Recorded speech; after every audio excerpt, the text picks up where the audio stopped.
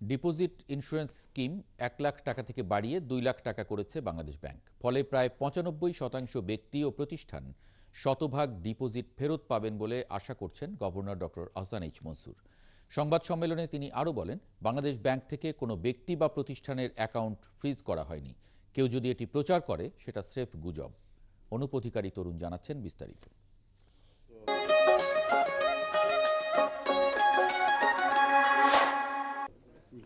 এই সংবাদ সম্মেলনে অবশ্য আমানতকারীদের টেনশন কিছুটা হলেও লাঘব করেছেন গভর্নর।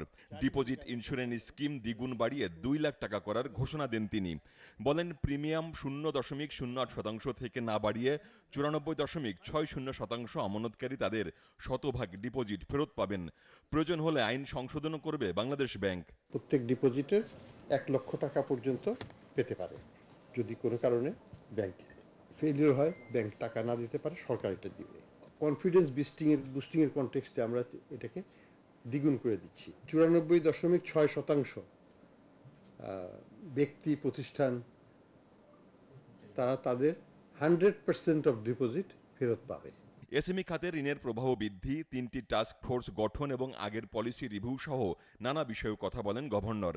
তিনি বলেন, বাংলাদেশ ব্যাংক এখন পর্যন্ত কোনো প্রতিষ্ঠান বা ব্যক্তির ব্যাংক অ্যাকাউন্ট ফ্রিজ করেনি। এমন তথ্য প্রচার হয়ে থাকলে তা সম্পূর্ণ মিথ্যা এবং গুজব। অ্যাকাউন্ট তাদের ফ্রিজ করা হয়নি।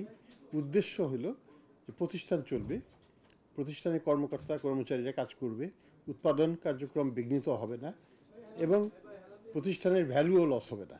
কিছু জায়গায় অপপ্রচার হচ্ছে, যে বা অপপ্রচারই বলি বা অভিসন্ধিমূলকভাবে, যে বাংলাদেশ ব্যাংক থেকে বিএফআইইউ থেকে এটাকে রেস্ট্রিক্ট করা হয়েছে।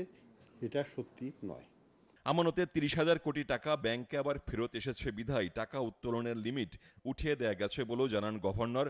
তবে এসআলমের সম্পত্তি কেউ কিনলে তাকে নিজ দায়িত্বে কেনার কথাও বলেন তিনি।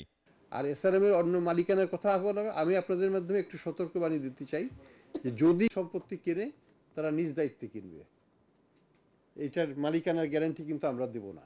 সংবাদ সম্মেলনে গভর্নরের মুখে আশঙ্কার কথাও শোনা গেল। তা হলো, এসআলমের দখলে থাকা বেশিরভাগ সহ মোট 10টি ব্যাংকের অবস্থা এখন এতই নাজুক যে সেগুলো হয়তো দেউলিয়া হওয়ার পথে। আমরা আশা করি না কোনো ব্যাংক দেউলিয়া হবে, কিন্তু অন্যদিকে আবার এটাও ঠিক, অনেক ব্যাংক দেউলিয়া হয়ে আছে। অনুপ অধিকারী তরুণ, ৭১, ঢাকা।